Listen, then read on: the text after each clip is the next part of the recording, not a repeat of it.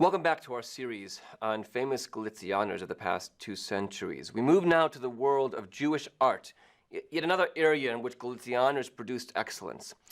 Although only a few years younger than Franzos, we move to the generation educated in Galicia after 1868, when it was submitted to Polish control and rapid Polonization in government, education, topography, culture, and more. This time we focus on Drohobych, a town of about 17,000 people in 1869, over half of them Jewish. Drohobych had discovered newfound wealth because of oil fields discovered nearby and new methods of their refinement. The wealth of that city transformed what had been a far smaller and sleepier town at mid-century. The nouveau riche built a number of extremely significant grand Jewish buildings, as we'll see another time. As one memorist of the town put it, in fact, the first governor of the Bank of Israel, on the surface, it was like all other such places. All the usual elements of Galician society were present, and yet Drohobych was different. All of these various elements within society had more energy than elsewhere. The pace was faster. Everything was somehow sharper, more varied, more conspicuous. It was clear that there was more drive and ferment here than in other Galician cities. The oil emerging from the ground created social and economic change unknown elsewhere. And he goes on to compare the Wild West of easy wealth and corruption on the one hand, and the, quote, disgust with the pursuit of money on the other hand, that drove new forms of Jewish expression.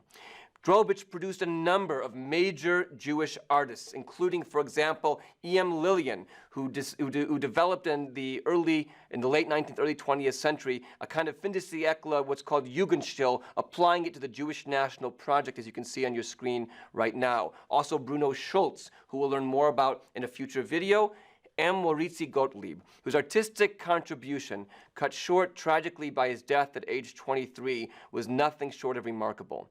His paintings and the history of their reception highlight the key issues of modern Jewish life: identity, assimilation, acculturation, integration, language, nationalism, the relationship of Jews to European culture, of Jews to other Poles. He was a real Galicianer, not as Franzos and others disparaged them, but in the best sense, emblematic of his age. Born and raised in Drohobych, he was educated in German language elementary school and local Polish high school, though German remained his chief language. Note, despite his father's German identity, he was still given a Polish name. He was born at a time that Polish nationalism still tended to have room for Jews, before the rise of the Andek movement, before the time that Polish nationalism, quote, began to hate, as Brian Porter famously put it. It was an enlightened but quite pious family, unlike Franzos, and he attended cheder. But his Jewish education remained relatively minimal. It's not at all clear if he knew Yiddish. He certainly never used it. This confusion of identities, German, Polish, Jew, constituted a leitmotif of his artwork, as well as Galician Jewish society as a whole. Today, if only based on his name, Maurycy, he's claimed by the Poles, but his fame was clearly based in part, at least, on his being also Jewish. He was strongly encouraged by his family to pursue art. 3 other brothers became artists as well, and was sent to study in German language gymnasium in Lemberg, Lviv, again highlighting that older generation's German identity. Later, he spent time in Vienna, Krakow, and Munich, learning from some of the most prominent artists of the day. He's not the first Polish Jew to become an artist, but perhaps he was the first to aspire to be both Polish and Jewish. In this way, he was realizing through art the dream of the integrationist Jewish sector that called itself at the time assimilationist. Among the founders of Jewish art, Gottlieb is prized in Poland as one of the most talented students of the great national artist Jan Matejko.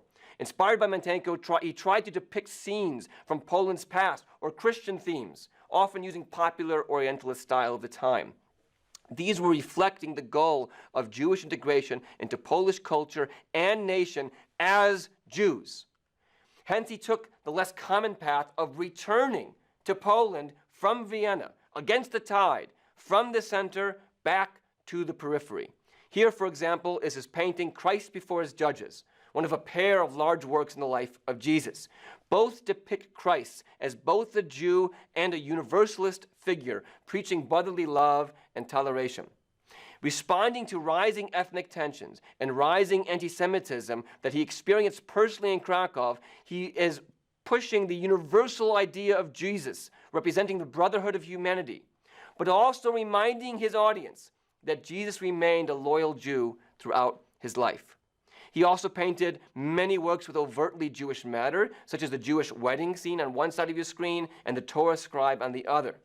Other paintings include images of Uriel da Costa, the famous so-called heretic from Amsterdam, illustrations from Gotthold Lessing's classic play Nathan the Wise, portraits of several prominent contemporary Jewish figures, and depictions of famous Jewish literary figures like Shylock or Yankiel the musician from Adam Mickiewicz's Pan Tadeusz.